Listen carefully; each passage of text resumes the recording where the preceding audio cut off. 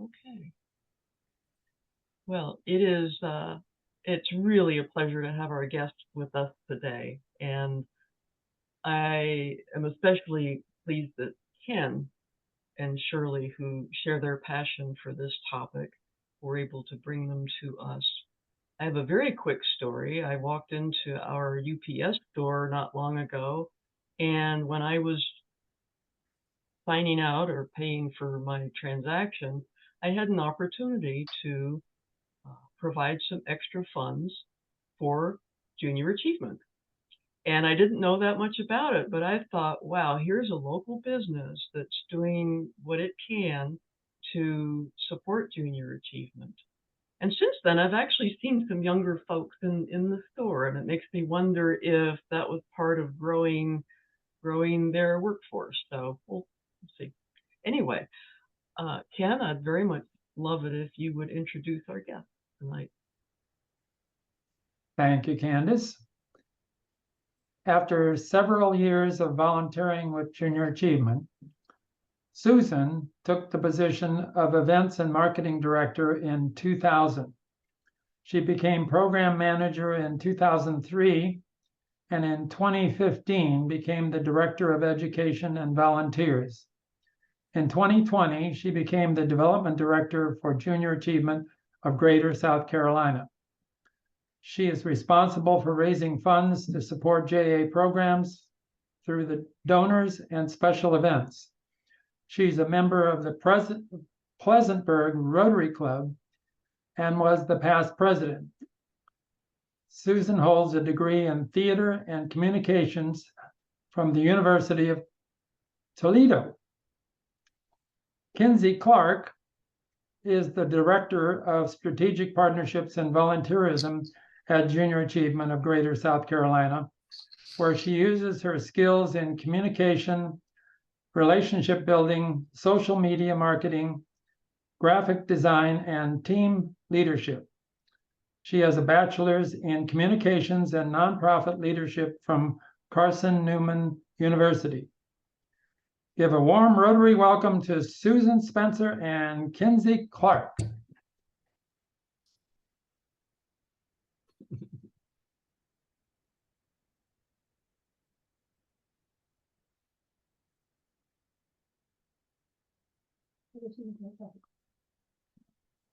Okay. Can you see my screen and hear me? Yep. Yes. Yep. All right. I am going to go ahead and start the show. All good? All right.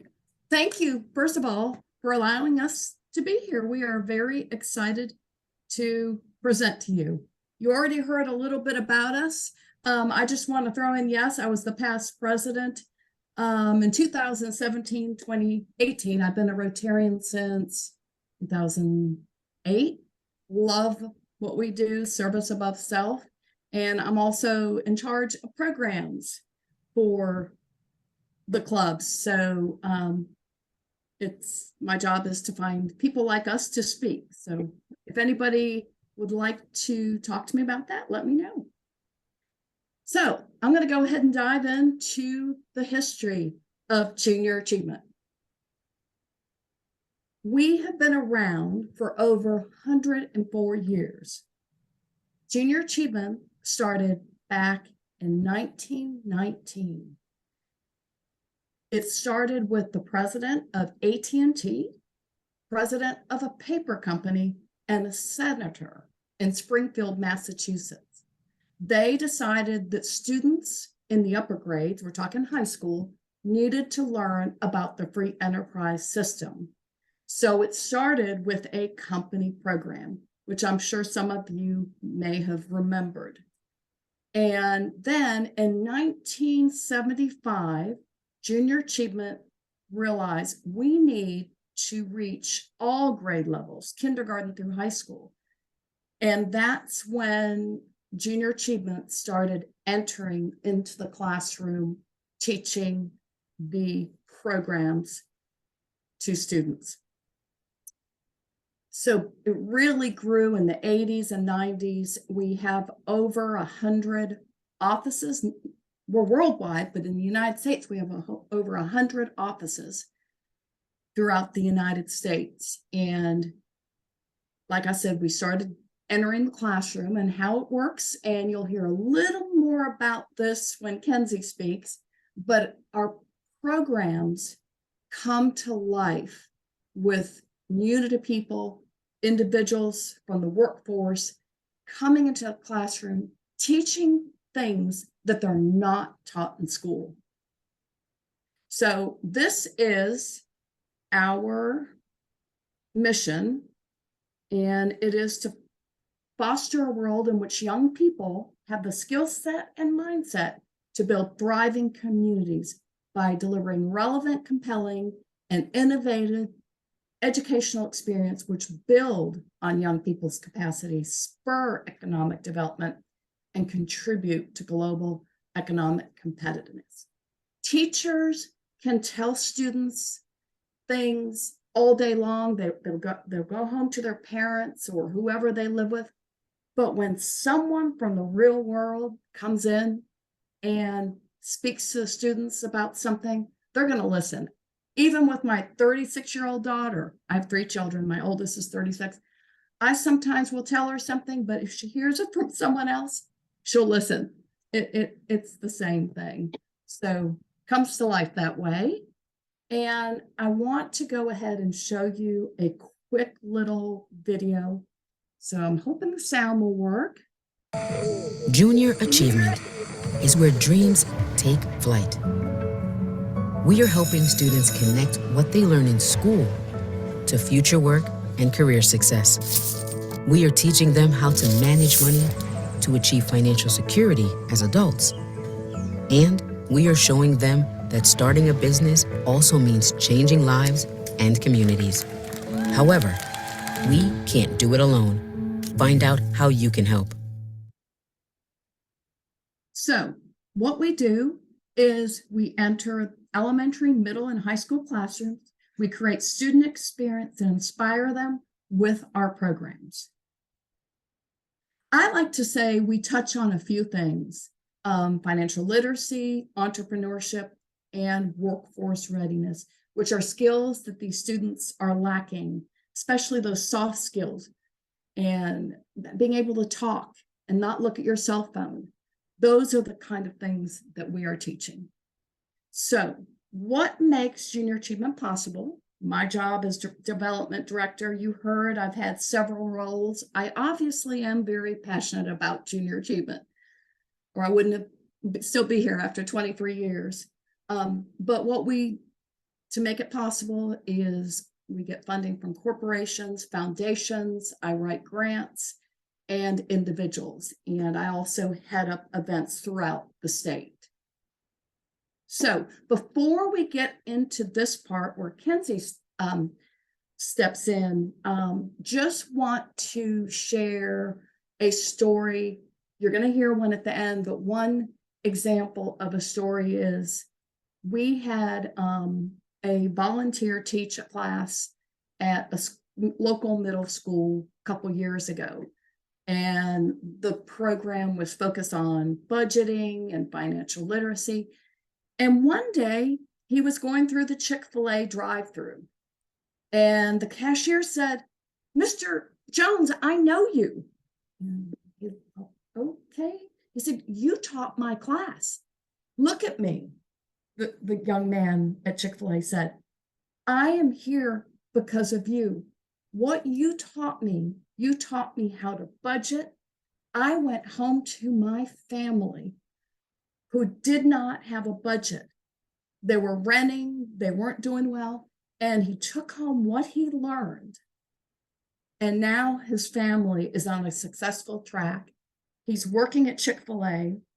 He's going to go to college. And he said, it was because of you coming into my classroom." So we at Junior Achievement, it's the individuals like this gentleman you see sitting in that chair in probably a 4th grade class. That's the difference. We supply everything, which Kinsey will tell you, but I could tell you stories over and over.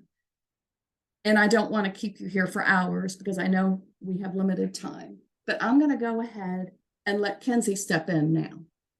Yeah, awesome, Susan. So like she said, the individual volunteers, what makes what we do, and how it helps impact these students like lifelong. So a little bit like, what does a JA volunteer do? Our volunteers go into the classroom and teach curriculum. Like Susan said, it covers work readiness, entrepreneurship, and financial literacy to all grades, K through 12. We don't push one grade more than the other. We serve students in all grades all across the state. The volunteers get given a curriculum. We give you all of the tools you need to succeed step by step. It even tells you, like, for 10 minutes, you're going to do this. And for the different programs, it depends on which program you're with. But the volunteer can expect to go into that classroom 1 to 8 times. One time being like a career speaker event where you just go in and talk about what you do for like 1 hour with the middle or high school, or times where you're teaching, our personal finance curriculum with the extended lessons, and you come for 8 weeks in a row and everything in between.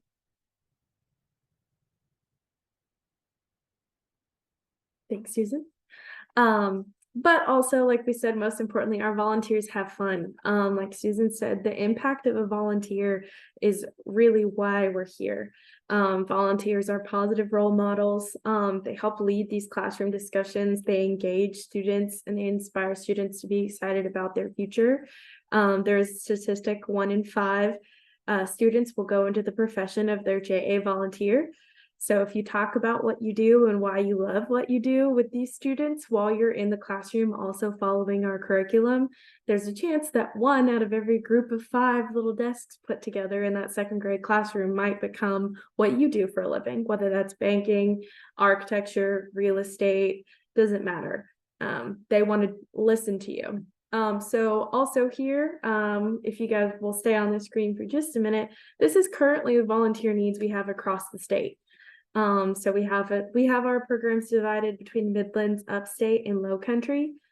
These are currently the needs we have across right now. We have a pretty heavy need right there in the Midlands area, but we've got elementary schools, middle schools, high schools, and then the title of the program and about how many volunteers we need per school right now. So there's a huge need. We've already served tons of students so far this fall.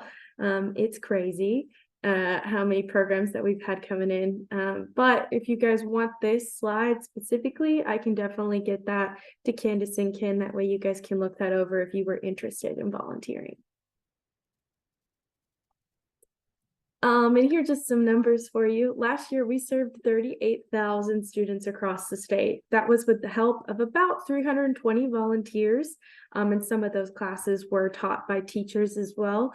But we're hoping to reach that 40,000 number. We were a little over 38, but we're hoping to reach 40,000 students this year with all of our different programs, whether that's our Inspire program, whether that's in-person volunteer teaching.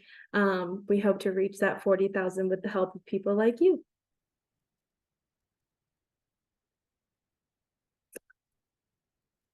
There we go. Susan, is this me or you? I can do it. Okay. So we have got a variety of programs, like I said earlier, and what Kinsey touched on, age appropriate kindergarten through high school. And not everybody wants to step in and teach the little people, but there's those that prefer the little people and are afraid to go to middle school. And some prefer the high school before they head out. But this right here shows you why we do what we do. We gather testimonies, we survey, we do pre and post tests with the students. We're constantly in touch with the teacher. And these are just some of the positive comments that we received. So you can read here. A high school teacher said, "Thanks to all of you for everything JA does for the children, young adults in SC. JA is a great organization. Keep up the awesome work. We really appreciate you, all of you." Then Bryson Middle School in the Simpsonville area, which I'm sure, John, you know where that is, or Ken. This teacher said, I just wanted to extend a huge thank you to all who were involved with the J in a Day speaker event at Bryson Middle School. From what I was told, the students were very interested and learned a lot from the presentations. Wade Hampton High School in the middle, which we just got several requests. We need about 20 volunteers. Yes, That's a we new do. one, right, Kinsey? Yep, yeah, that's Um, not on that list, but we definitely Yes, need people. yes, we have for several high school classes. The JA programs are very good and helpful for students to hear information from an experienced source. Up here at the top right, one of our programs, JA Inspire Virtual, she said was great. A lot of my 6th grade students and teachers enjoyed it. I was so excited when I entered it, from the greeting to visiting the booths. I can't stop talking about it to my friends at other schools. So one of our programs, many, is a virtual career exploration that we actually started during the pandemic. It was so well received that we are continuing. We're going on our 4th year. So students have pre-lessons before they go in, and it goes live on March 4th, and it's available for 90 days. Companies have booths, and the students have to go to each company, and they're able to find out the different jobs at the company that are available, what education is required for the job, what is needed. There are webinars. It is excellent, and that's why we're going on our 4th year doing it. Next one, students were able to learn different aspects of what they would need to run a business on their own. Sometimes as a teacher, you tell them these things, but until they see it presented in another way, they do not think it's important. That's what I said earlier. It's having that new person come into the classroom and it comes to life. So next, JA, we do a report and surveys each year. And this is the most recent report for those that received our programs. First one here, 90%, they have money confidence. JA alumni are confident managing money. 85% are more confident and attributed positive outcomes to JA, including confidence, career, and finances. Last one is 79% pursue education. Alumni say JA played an important role in pursuing further education.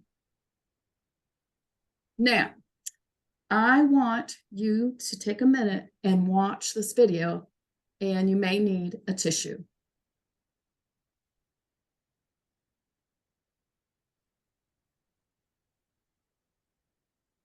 True story. What do you think your life would have been like if you hadn't had junior achievement?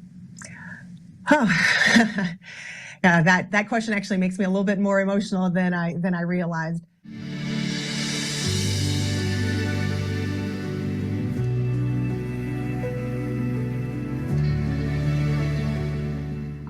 So the family I grew up with, I came from a really big family, and my parents, neither of them graduated high school. My mom dropped out in the 11th grade, my dad in the 6th grade.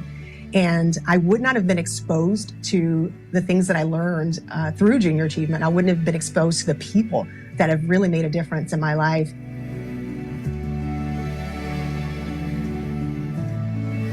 And when I went home to my parents to ask about the stock market, because I hadn't heard about it before then, they said that was for rich people. So I studied all things stock investing.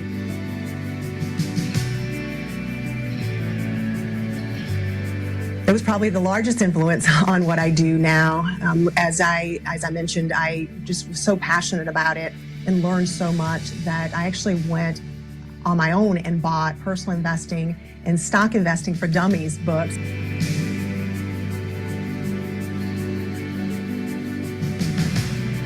My family I grew up with no indoor plumbing, so I had a dream that I would be able to help my family, get their own home, right? Get a home that had indoor plumbing. And if I wouldn't have been in this career, if I wouldn't have learned the things I learned in junior achievement, I don't know that that would have been possible.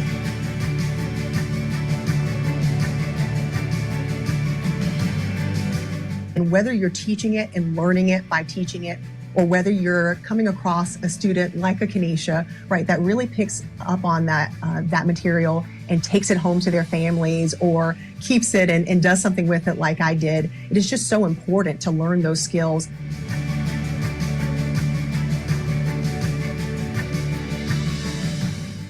My parents have since both passed away, but we did help them build their first home in the early 2000s, and I don't know that I could have done it without everything I learned from Junior Achievement.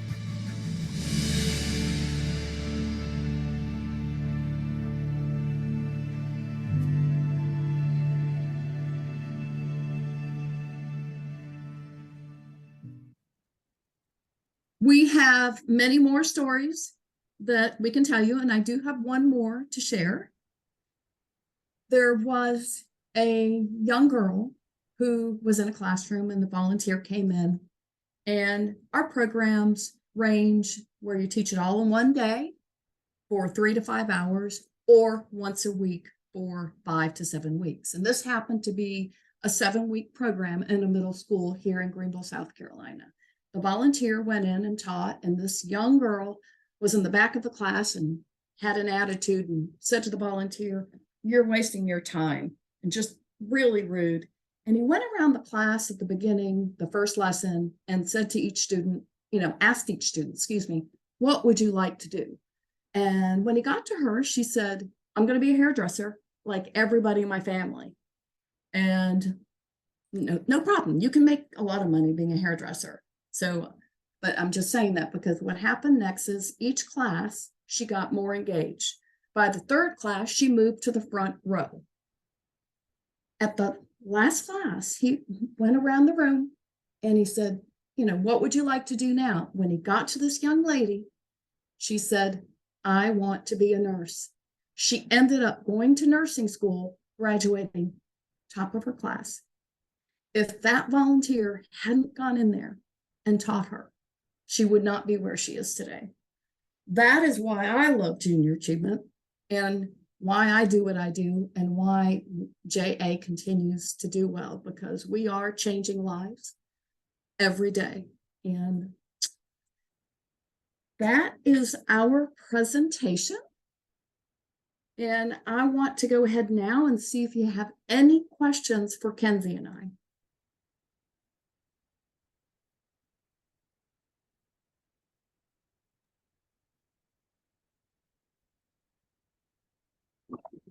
Candace, can you hear me? Yes, Lene. Go ahead, please. I do have a question. I am, first of all, fabulous presentation. You really drove the point home about the marvelous things that JA does. Having come out of education back in the day, I am just really curious about whether or not the changes in curriculums in any of the schools, particularly the elementary schools, it just seems to be so filled with what is mandated that teachers teach. Are you finding that there's any problem in fitting in JA with any of the schools that want to have it? I can step in, Kinsey. Okay. No, we're not. Yes, there are a lot of demands on teachers, and I will tell you, and they continue to be different demands. And that's the beauty of Junior Achievement. We have different ways to impact students. We can do a career speaker event where a volunteer can talk for an hour, or we can do it all in one day, or once a week for 5 to 7 weeks. In fact, the teachers love us because we're able to put these individuals in and touch them in different ways. So it really hasn't hurt our delivery or the impact. But that's we also I'll make sure I'll chime in with this too. All of our curriculum, our JA curriculum, the teachers can go in and see what standards, like education standards curriculums, that they have to cover throughout the year that our curriculum meets. We have that listed for their access. Our program team works really hard to make sure they convey that to them, so they can see, oh, I have to cover these topics, and this JA program covers 2 out of those 3. So I'm going to have this JA program come in and let them teach those things. And then I just have to cover this one other topic to meet all my standards that year. So we do have that listed by program for them. So they tend to be able like, oh yeah, we can do it in November because that's when I teach this unit. And this kind of goes along with that. This is when I would cover these standards. And so they like to see that side of things, but we do have that listed thanks to JA USA. Very good point, Kinsey. John, We please. fit in with what they're teaching. For example, kindergarten through 5th grade, we're a fit with the social study standards, but we work well with what they're supposed to be teaching.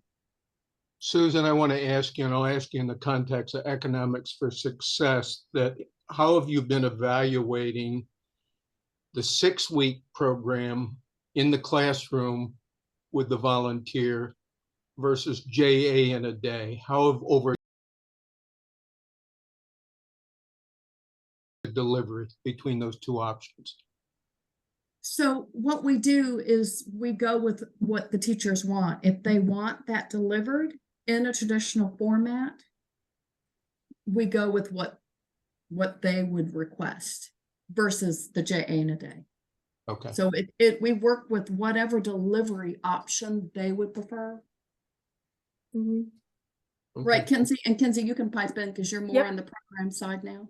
Yeah, most of the high school programs like Economics for Success tend to not be JAs in a day because it's hard to dive deep into that information in one day. A lot of the JA in a day programs tend to be that K-5 programming, but some of it you can be like our entrepreneurship lessons are broken up into 3 sets of 3. So those are just 3 lessons. So you could easily teach 3 high school lessons, before lunch to a group. So that could easily be done in one day if you decided to do it that way. So like Susan says, we do what the teacher requests. It tends to be those JA in a day formats though, in that K-5 programming normally, but it can be for all grades, whatever the teacher requests. Barbara. Has Diana joined us? I don't see No, her. I haven't seen her today. No. Let's see. All right, she really wanted to be here because JA, she told me this morning that thanks to a scholarship the JA awarded her in high school, she was able to go to college. Oh, And so I guess I'm so sorry she isn't here, and I'm not trying to steal her thunder, but I wanted these 2 ladies to hear about that and ask, does JA still do scholarships? So that's a very good question. We in the past have, here in the upstate, we had a program for high school students, a competition where we awarded scholarships for the top teams for this competition.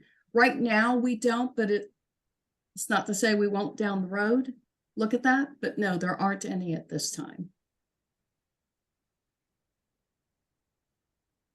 I just want to say I am completely blown away by the extent of your impact. 40,000 young people and 320 volunteers is just it's hard to even grasp. And I think the part that intrigues me the most is the financial literacy, because that is something that unless a teacher happens to have a random word problem in a math class, you just don't get that in traditional education. And what a gift that is.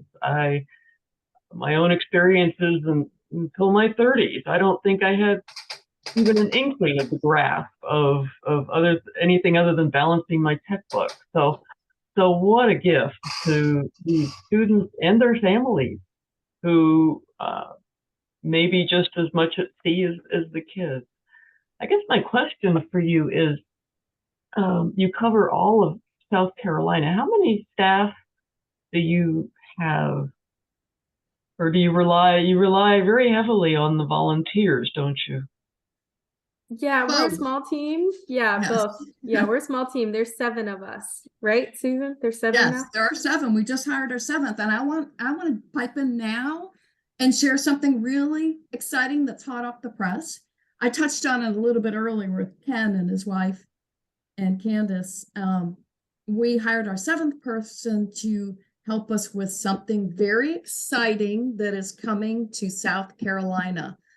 It is called JA Finance Park Mobile. This will be a mobile unit that will be piloted this spring, 2 weeks in the low country, 2 weeks in the Midlands, and 2 weeks in the upstate.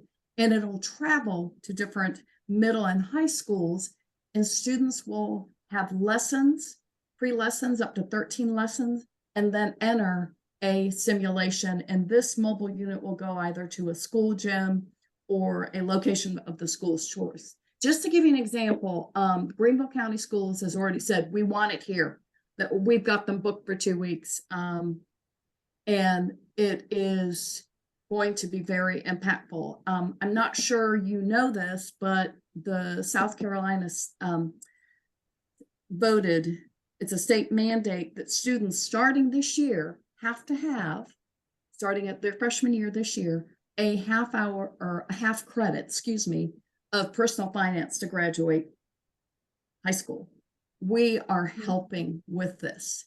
Finally, I know I see Lance raising his hands. Finally, you know, we can't reach that young, every student that is now at Chick-fil-A working as a cashier. We can't reach every Kenesha, but this is huge, and it'll be, the goal is April of this year. We're very excited. We have an individual dedicated to that job, and it's going to travel, and it's like a mobile city, and it'll be set up, and we've already got Publix that's going to have a storefront, State Farm's going to have a storefront, and we have other companies that have committed I can't talk about.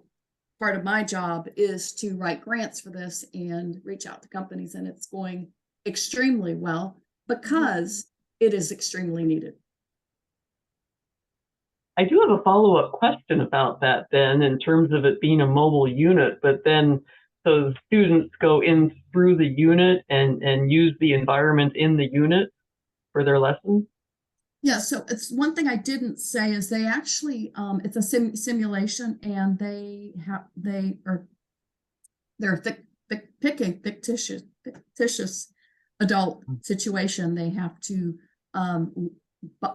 decide where they're going to live. What are they going to, what kind of car they're going to drive? What kind of money will they spend on entertainment? What kind of money would they spend on food or going out to eat? And they're going to pick that job and then do a budget. And so they'll go into these cities and work this city, the mobile city, and go shopping at Publix and do different things like that. This sounds like absolutely. That's wonderful. It's that board game, that life. It sounds like this is that right on like steroids. Yes. I mean, I think it would be fun for and instructive for anybody to experience. Yeah, some adults need it as well. Yeah, I would testify to that. Yes. Oh my goodness. Well, with seven people, it's extraordinary, and I can see why Ken and Shirley have been so passionate about it, and really appreciate all that you're doing. And I guess so I know that Susan, you're in the upstate, and Kinsey, you're down in Charleston. Yeah. Mm-hmm. So where are the rest of your staff? I mean, are you able to sort of spread yourselves around to be more accessible? Yes. Okay. We have 3 in the Columbia area, and we have another person in the upstate. There's 2 of us in the upstate, 3 in Columbia, and then 1 in Charleston. We have 1 actually that is in the Rock Hill area. Yeah. So we're able to work remote as we can in this world, but I'm constantly meeting with people and companies, but we're also able to work remote. So it's great. We have 3 district boards. We have a board in the upstate, the Midlands, and in the Low Country, and then we have what we call the greater board, that we have 5 individuals from each district that help manage us. We've got some great help and support. Well, I do hope that you pass on you can conduit through me if you want, the list of the areas where you need volunteers. And I would Definitely. be more than happy to pass it on to our members. I'd love to do that. Janice, I Yeah, have a John question. Kimball has been a long time volunteer. John? Yep, was Yep. in Big 8 supporter. years in Florida in middle school, and Wow. then I did 2 here. In fact, my last day at JA Economics was the last day you could be in school before the pandemic at Rudolph Gordon. That was Economics for Success, which is what class I did every time. Yes. And you fun. had a question? Yeah, I have a couple of kind of global questions. What percentage of all of the schools in South Carolina are you serving? Kinsey, do you know that answer? I don't. I think it's I close don't. to 10%. Yeah, I think Okay. so. I think it's somewhere in the 5 to 10% range Yes, of, right. because we want to reach more, but there's so Right. much area that we don't have volunteers or schools or just it's The just we're funding to trying provide the funding for that. So it's we're continually trying to reach more people and grow more across the state. Is it the school principal or is it the school district that decides that you should provide the program? So that's a good question, and Kinsey can pipe in as well. But like, for example, the school district in Greenville, which is the largest in the state, we work with the district. But sometimes it's the guidance counselor. Sometimes the principal gets it going. So it is different in every district, right, Kinsey? Even it can be like we've had it, especially this year, we've had a couple of volunteers who are interested and they're like, well, I know somebody at this school and I would love for it to be at this school in my community. I know somebody who works there. Can I introduce you? And then they introduce us to a teacher, and then that teacher requests JA, and then we match that person with that JA class. So even from just like one-on-one connections between community members and teachers all the way up to like the district level across the state. It just kind of depends. But it's all different levels of relationships. Right. What another question? Which is the weak link? Is it the volunteers or is it the funds to provide the programs? You know, that's another very good question. I'm going to say it's equal. Yeah. It's really, So if you had unlimited funds, your challenge would be finding the volunteers. that's correct. Yeah. It's because we can get like if we have funding for somewhere, but it's a rural county, that doesn't have a ton of people in it. Finding someone who wants to go into the school and teach that class is much more difficult. So it just kind of depends on the area, or if there's an area where there's a ton of requests and a ton of people because it's a densely populated area, but we're struggling to fundraise in this densely populated city, then there's like, okay, well, we can't foot this bill ourselves or we're going to bankrupt profit. So finding the funds for those areas where there's tons of requests and volunteer help. So it's an ebb and flow situation across the board. I would agree. Wouldn't it be nice if every Rotary Club provided some of their members to be volunteers? Yes, absolutely. Actually, we do. My club, as you heard earlier, the Rotary Club of Pleasantburg, we actually own a school and we teach there as well. We have volunteers. The video that you showed really brought a tear to my eye. If you could fund that as an ad on TV, I would maintain that you would not have a problem with volunteers. Yeah, I agree. Yeah. And speaking of funding, she's head of the Fidelity Investments on Main Street in downtown Greenville now. I understand. She works out of that. Mm-hmm. Well, speaking of funding, the next time I go into our UPS store, yes, I'm going to make sure they are still giving people the option to donate when they check out after they've mailed it. So who knows? There are UPS stores all over the place, so that could become a thing. Yeah.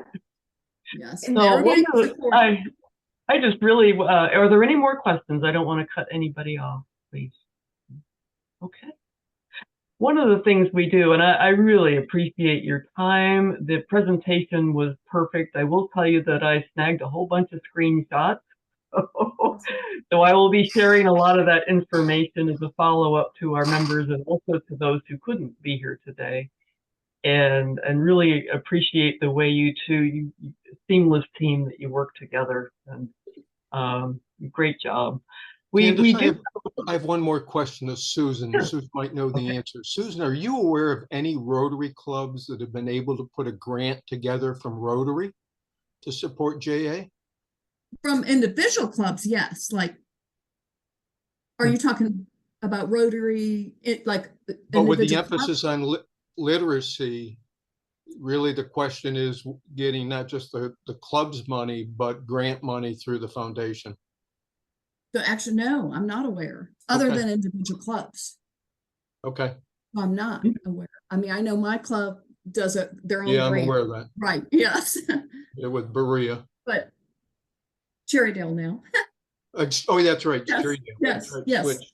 But it would be great. I mean, that if the Rotary Foundation did that. Something to think about.